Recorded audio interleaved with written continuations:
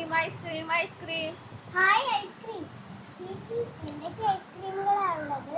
Ball ice cream ഉണ്ട്, cup ice cream ഉണ്ട്, chocobar ഉണ്ട്, മട്ട കുൽഫി ഉണ്ട്, സൺഡേ ഉണ്ട്. നോക്ക് ഏത് ഐസ്ക്രീമാണ് വേണ്ടത്? കോൺ ഐസ്ക്രീം ഇല്ലേ? ഉണ്ടല്ലോ. കോൺ ഐസ്ക്രീം എന്തൊക്കെ ഫ്ലേവേഴ്സിലാണ് ഉള്ളത്? ഉണ്ട്, ബട്ടർ സ്കോച്ച് ഉണ്ട്, ചോക്ലേറ്റ് ഉണ്ട്, വാനില ഉണ്ട്, സ്ട്രോബെറി ഉണ്ട്.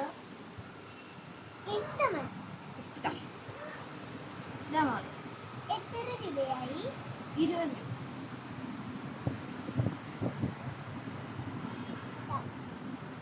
മോളെന്തിനാ കോൺ ഐസ്ക്രീം തന്നെ ചോദിച്ചത്?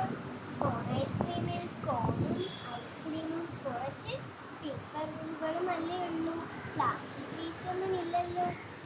അതെ മോളെ, മോൾ പറഞ്ഞത് ശരിയാണ്. കൂട്ടുകാരെ, നമ്മൾ എല്ലാവരും ഐസ്ക്രീം ആസ്വദിച്ച് കഴിക്കുന്നവരാണല്ലേ.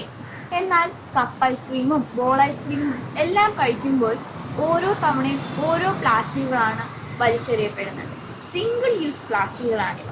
അതുകൊണ്ട് തന്നെ ഒരു തവണ ഉപയോഗം കഴിഞ്ഞ് ഒരു രീതിയിലും നമ്മൾക്ക് ഈ പ്ലാസ്റ്റിക്കുകൾ കൊണ്ട് ഉപയോഗങ്ങൾ ഉണ്ടാകുന്നില്ല.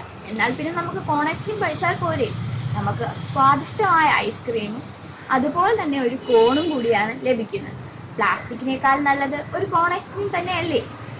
അതുപോലെ തന്നെയാണ് ഇക്കണക്കിലുള്ള പ്ലാസ്റ്റിക് സ്പൂണുകൾ. ഇതും ഒറ്റത്തവണ മാത്രമാണ് നമ്മൾ ഉപയോഗിക്കുന്നത്. എക്കോ ഫ്രണ്ട്ലി ആയിട്ടുള്ള ഒരു ഐസ്ക്രീമാണ് കോൺ ഐസ്ക്രീം. അടുത്ത തവണ നിങ്ങൾ എല്ലാവരും ഐസ്ക്രീം കഴിക്കുമ്പോൾ കോൺ ഐസ്ക്രീം അല്ലേ കഴിക്കുള്ളൂ. പ്രത്യേകിച്ച് ബീച്ചിലെല്ലാം പോകുമ്പോൾ. കാരണം ഏത് ബീച്ചിൽ പോയാലും നമുക്ക് കാണാൻ പറ്റും സ്പൂണുകളും കപ്പുകളും എല്ലാം വലിച്ചെറിയപ്പെട്ടിരിക്കുന്നത്. അതുകൊണ്ട് ഇതൊരു ചെറിയ കാര്യമായി ആരും കണക്കിലെടുക്കരുത്. Every small step makes a big difference.